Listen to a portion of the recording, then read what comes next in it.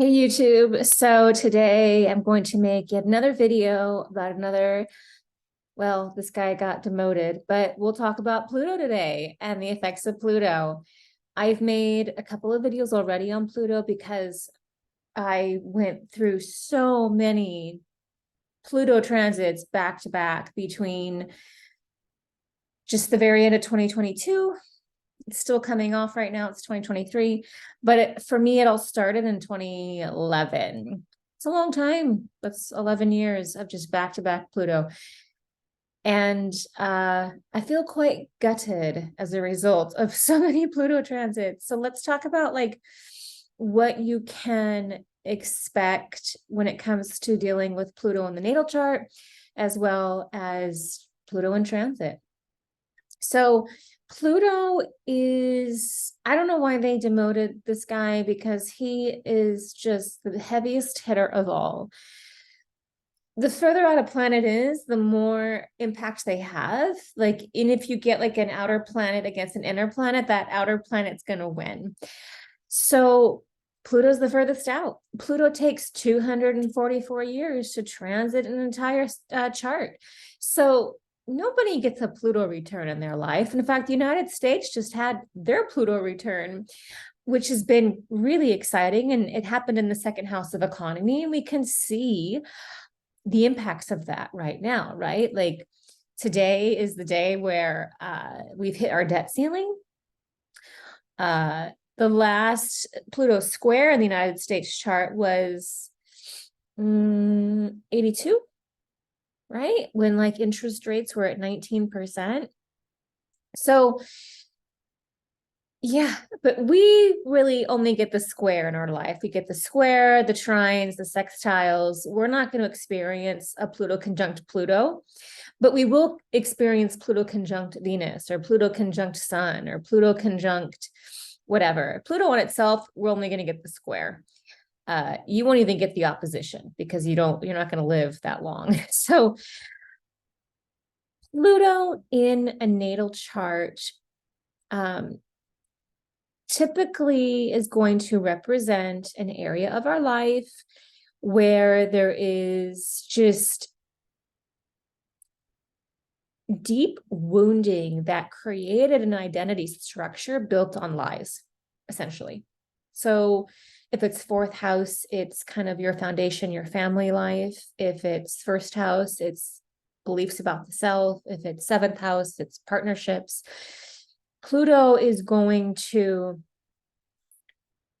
station a position at the moment that you're born. There's a snapshot, and then it's going to create situations in our lives that, Pluto is psychological abuse on the lower octave. Like Mars is physical abuse, but Pluto is less psychological abuser. And we tend to, as a result, right? Pluto's also eighth house. And so it's like the shadow side. And it's the psychological skeletons we don't want to look at. So like we build up these kind of identities based on a certain degree of pain that we've experienced. And then we go about our lives and we work around that. And then Pluto comes and forms an aspect to your sun and is like, oh, well, let's see, your self-expressions, are they really congruent with what's true? Are they really congruent with what's real? And so when Pluto transits, we first feel it as an impulse to want to control or hold on tighter, because Pluto is going to pull from us that bullshit, right? So imagine you build a life based on these lies, and then Pluto comes around and is like, whoa, is that really real? And you're like, yes, I need that. I need that for my survival. I've had it all this time. Please don't take it. And so we have this like impulse inside us to want to pull back and hold on tighter. Like I said, and Pluto, by the way, you never win with Pluto. Pluto's always going to win. So you might as well let go. The antidote with Pluto is surrender. It is to just literally throw up your hands, and not in a way that's like, I give up, but it's more of like an I give in. And a willingness to move with that energy. The beauty about Pluto is that as it digs up the lie and reveals the truth, we realize, for example, let's say that you had some sort of sexual trauma as a child and Pluto comes around, maybe it hit your moon. You built an identity, a security around this defensiveness, like I'm not worthy of being loved. And you have this sense of shame that you've carried around. So Pluto's going to totally come knocking at all of that. And in that moment, right, you're actually going to feel that pain more, that shame more. And it's not because it's true. It's because it's time to let it go and recognize that you took on perhaps a belief that someone else put on you, right? If someone takes advantage of you, they were the perpetrator, but you took on the shame of their action as a way to cope with what happened. And so now we get to revisit that pain and go, oh my gosh, like, and it comes up so thick, like Pluto puts so much pressure on the astral body to just literally like expunge this identity from us. And what we recognize in this incredibly slow process, because Pluto moves so freaking slow, is that by the end of it, we're just permanently changed. And we recognize that, for example, in the example of the shame that I just gave, wait a moment, I wasn't the perpetrator though. And so there's a reconciliation among that identity and among that belief. When Pluto was on my sun, for example, and Pluto on the sun is a very public, like the sun is like our expression, our outer expression, how we shine. And so the Pluto on the sun tends to be a very public change. Pluto on the moon is typically kind of a private thing, unless you've been driven to build something security wise and it's, you know, like a business or something. But like Pluto on the sun, for whatever reason, tends to trigger things like divorces, deaths, litigation, things that everyone kind of knows you're going through. It's like not this private affair that you're dealing with, like behind closed doors. It's a very public event. When Pluto was on my sun, my brother died, and that was very public. Like everybody knew and what I was going through. And so that is kind of the humbling that happens as a result of like the sun transit.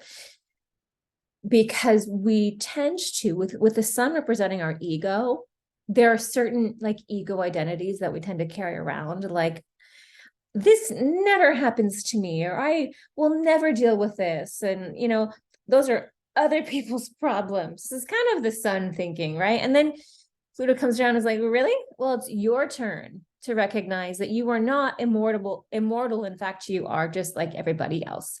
And so like the sun transit's typically very humbling, because it's like, oh God, not only did I never think I'd go through that, but I went through that and everybody saw it. So the sun transits are hard on the ego.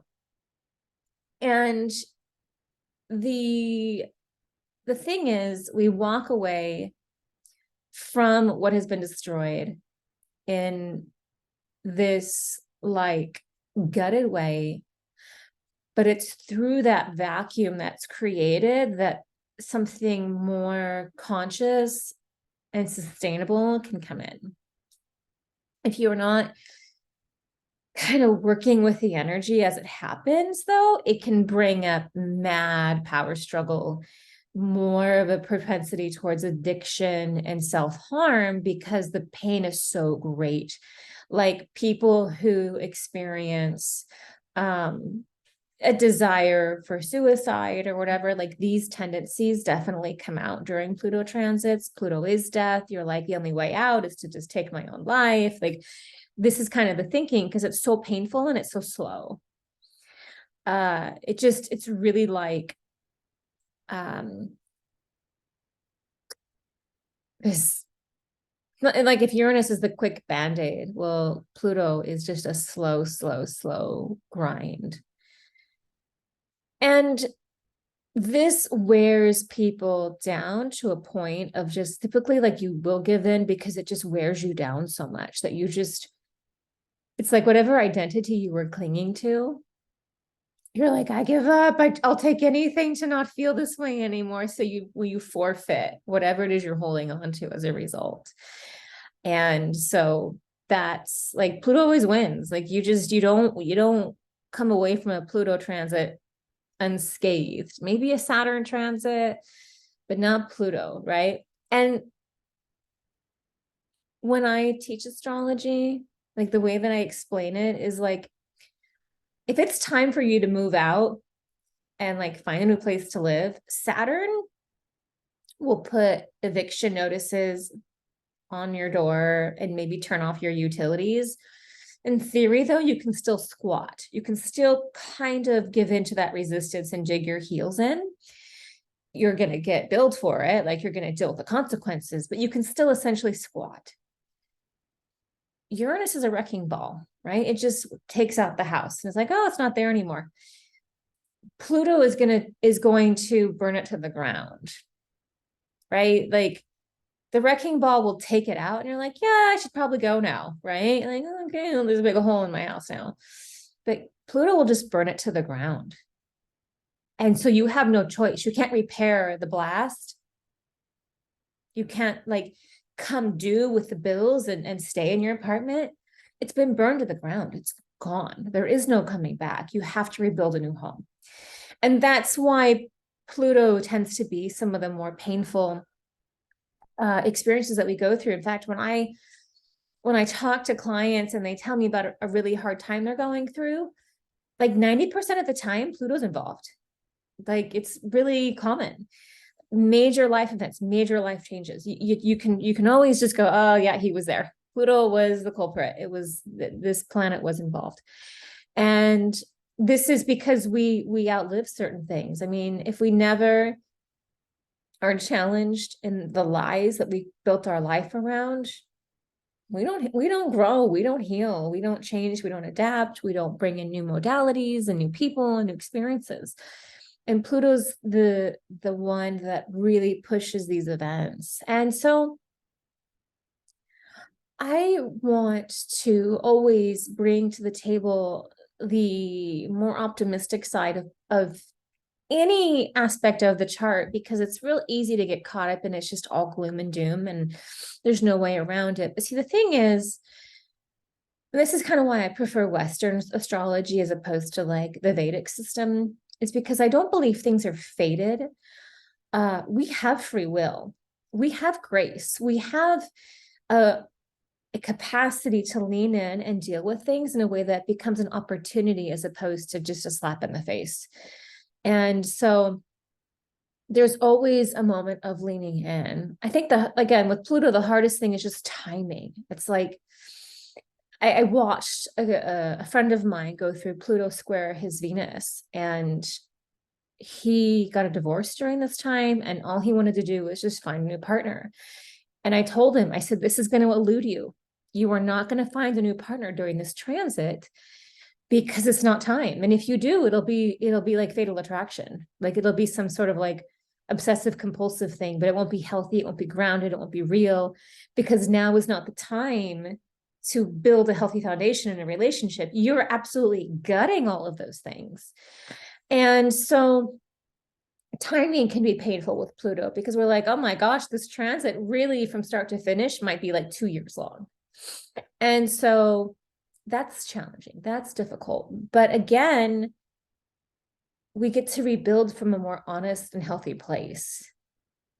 Like watching him go through the changes that he's gone through as a result of this divorce and this shift, he's so much more humble. He's so much more sensitive. He's so much more emotionally available. Like I've really seen just Pluto do a number on him from losing the thing that he thought he could possess forever. You know, Pluto's possession, control, domination. And like just an interesting like note, when Meghan Markle and Prince Harry got together, Pluto was square his Venus. And I just was like, oh, this is not good. This won't be good long term. Like she really, again, fatal attraction came in and was like, boom. And we can see how that's playing out, and like how she's really controlled and dominated his life since she stepped in. Like she stepped in at the perfect time. And it'll be interesting to see what happens down the road. But like, this is Pluto. You know, you don't want to meet someone new under one of those kind of Pluto transits. Like, you know, Pluto square itself isn't personal. So like, you know, dealing with personal stuff maybe isn't so difficult. It's really more of like a generational thing, right? But you know, if you got Pluto on your moon, like the under the what is it called? The undoing that you're going to go through from start to finish, you might not even be compatible with the same people like when you started that transit, because it's going to get you on such a core level. So again, that's one of the harder aspects of this transit, is that it happens over such a long period of time that like who we are going in can be radically different coming out. And so yeah, it's one of the more painful experiences that we can go through. And I went through like 11 straight years of it, pretty much. In fact, the only like mini reprieve I had was during COVID. So I really didn't have a reprieve from like just these massive changes. And so like the end part, which I'm finally excited to like go through a real rebirth, because I was going through so many at once that I didn't even really get rebirths. Like as soon as I was moving into that space, another one would start. It was like being caught in the current, or like the undertow of waves. Like when you're like, as I learned to surf recently, and it's like you're out in the waves and you want to just catch one and go to the shore, but you're just stuck in that moment where you have to wait for that set to let up so that you can actually go to shore. And that was like what it was like for me for 10 years, for 11 years. It was just like, oh, here comes another wave, duck. Here comes another wave, duck. And at the end of Pluto transits, again, like if there's a few years of space in between, it's nice because then we get to really reap the benefits. They're so empowering. Pluto will take, but Pluto also is so powerful if we're open to re-identifying, to rebuilding and embracing what's ahead. And it's so much sweeter than where we were. So yes, they're painful and they're really just challenging, and they really make or break kind of our character and our personality, like going through them. But in the end, we're more whole. And like one thing that I have said over and over again as a result of chronic loss over the last 11 years is it's like, you can't threaten to take anything from me and have it like bring me down, because I've already lost so much that it's kind of where I live now. It's like, oh, okay, well, change, and that's didn't last long, or that's not going to be continuing, or whatever, you know, like in terms of my capacity to adapt and deal with life, it's just, yeah, I'm fully prepared to embrace whatever is next, and just, you know, not be overly emotional about it, because this is the practice I've gotten from so many back-to-back Pluto transits. It's like, well, what's next? Oh, another wave, better dive. Okay, let's go. So, and yes, this is Pluto transits are when people tend to reach out for help the most. So that being said, I'm always available to do a consultation to read your chart, your horoscope, and give you an idea of where you're at, what's coming, help you understand what it is that you're feeling. If you feel like the ground below you is shifting and you don't know what's going on in your life, let's talk about it. And yeah, I'm also a coach. So it's like, this is my wheelhouse. My email is below. And I hope that was helpful, guys, and I hope to hear from one of you soon. All right, bye.